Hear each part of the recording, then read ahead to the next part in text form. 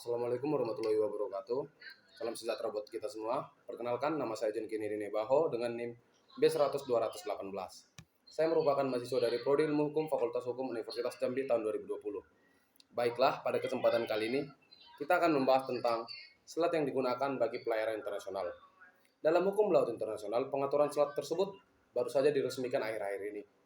Hal ini dibuktikan dengan tidak adanya peraturan yang mengatur tersebut dalam Konvensi Hukum Laut Jenewa pada tahun 1958.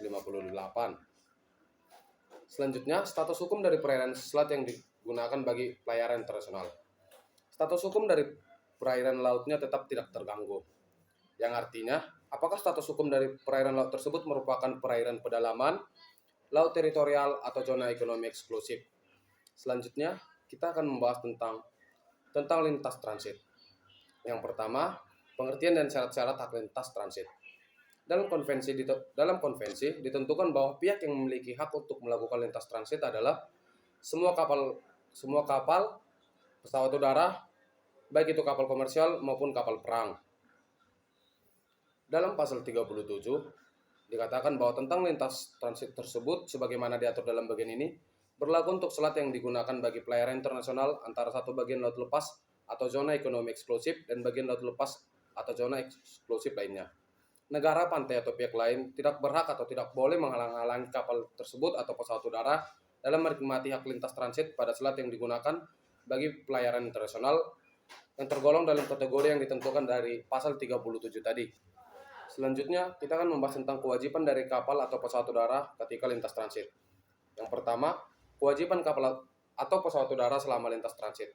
Untuk kewajiban yang pertama adalah kapal atau pesawat udara itu harus lewat dengan cepat melalui udara atau atas selat tersebut. Yang kedua, kapal atau pesawat udara tersebut tidak boleh melakukan perbuatan yang merupakan ancaman ataupun menggunakan kekerasan dalam bentuk dan macam apapun terhadap kedaulatan. Baiklah, untuk syarat yang ketiga adalah kapal atau pesawat udara tersebut tidak boleh melakukan kegiatan apapun selain transit secara terus-menerus, langsung dan secepat mungkin dengan cara yang normal atau wajar, kecuali untuk hal-hal tertentu.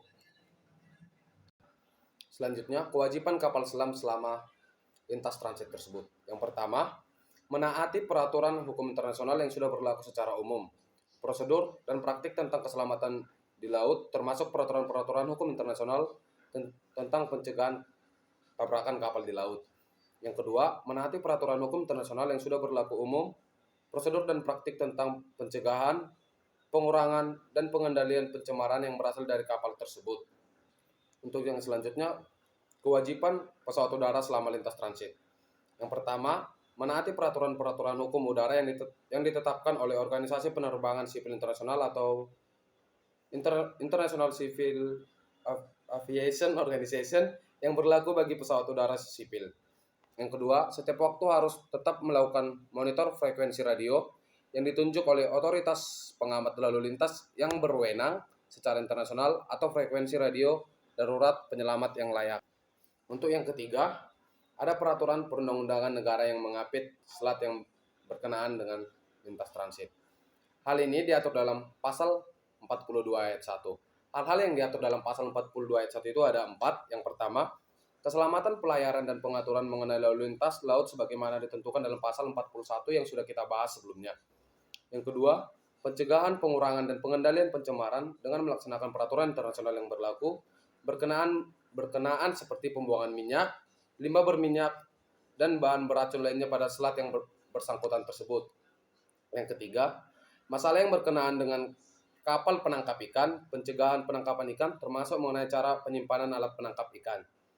Yang keempat, menaikkan ke atas atau menurunkan dari kapal seperti setiap komoditas, mata uang, atau orang yang bertentangan dengan peraturan perundang-undangan mengenai hal-hal yang diatur dalam bea cukai, fiskal, imigrasi, atau kesehatan dari negara atau negara-negara yang mengapit selat tersebut.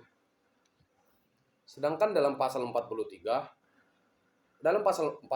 tersebut mengimbau negara atau negara-negara pantai yang mengapit selat tersebut dan negara-negara yang kapalnya sering melakukan hak lintas transit pada selat tersebut untuk bekerja sama dalam bidang yang pertama, pemeliharaan dan pengadaan sarana bantuan navigasi dan keselamatan pada selat tersebut. yang dibutuhkan ataupun dalam rangka pengembangan sarana bantu pelayaran internasional. Yang kedua, pencegahan, pengurangan, dan pengendalian pencemaran yang bersumber dari kapal yang melintas atau transit dari selat tersebut. Baiklah, selanjutnya atau yang terakhir, Pasal 44 mewajibkan kepada negara atau negara-negara yang mengapit selat untuk tidak menghambat lintas transit dan harus mengumumkan dengan tepat setiap adanya bahaya yang mengancam pelayaran yang melewati ataupun penerbangan di atas selat tersebut.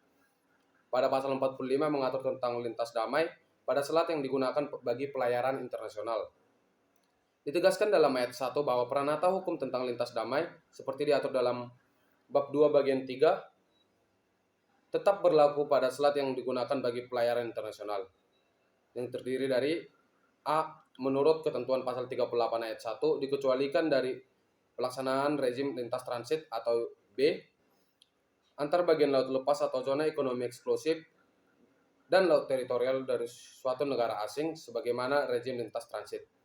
Baiklah, sekian yang dapat saya sampaikan dari materi selat yang digunakan bagi pelayaran internasional. Atas semoga yang saya sampaikan ini bisa berguna bagi kita semua. Terima kasih.